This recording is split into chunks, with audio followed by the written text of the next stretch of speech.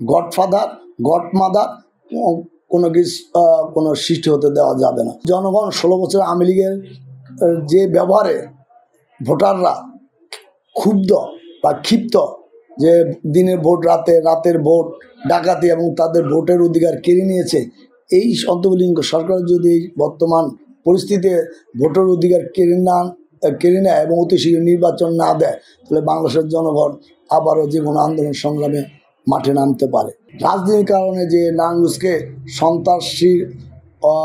সন্ত্রাসী জেলা এবং সন্ত্রাসীদের গডফাদার জেলা হিসেবে বিশ্বের কাছে এবং জাতীয় পর্যায়ে পৌঁছিল, সেই অপবাদ থেকে আমি নারায়ণগঞ্জকে মুক্ত করার চেষ্টা করি। নারায়ণগঞ্জ শহরকে কেউ যেন জেলা এবং শহরকে যেন সন্ত্রাসী জেলা, সন্ত্রাসী শহর এবং গডফাদার শহর কেউ যেন না বলতে পারে। এবং বিএনপি যদি ক্ষমতা আসে এবং বিএনপি যদি জনগণ ম্যান্ডেট নিয়ে ক্ষমতা আসে, নারায়ণগঞ্জে কোনো গডফাদার গডমাদার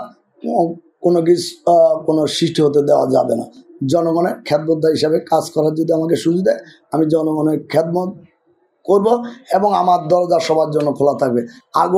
এখনও অনেকের ফোনে পাইতে হলে পিএস লাগে, বাড়িতে যাইতে হলে অনেকে ঢাকা থাকেন, নারায়ণগঞ্জ থাকেন, কিন্তু আমি নারায়ণগঞ্জেই জন্ম, নারায়ণগঞ্জেই থাকি, নারায়ণগঞ্জে আমার বাসা এবং যদি আমি কখনো কোনো অফিস করি, আমার দরজা সবার জন্য দিনরাত 24 ঘন্টা যেমনি খোলা থাকবে, আমার ব্যবহৃত মোবাইল ফোনটিও দিনরাত 24 ঘন্টা খোলা থাকবে।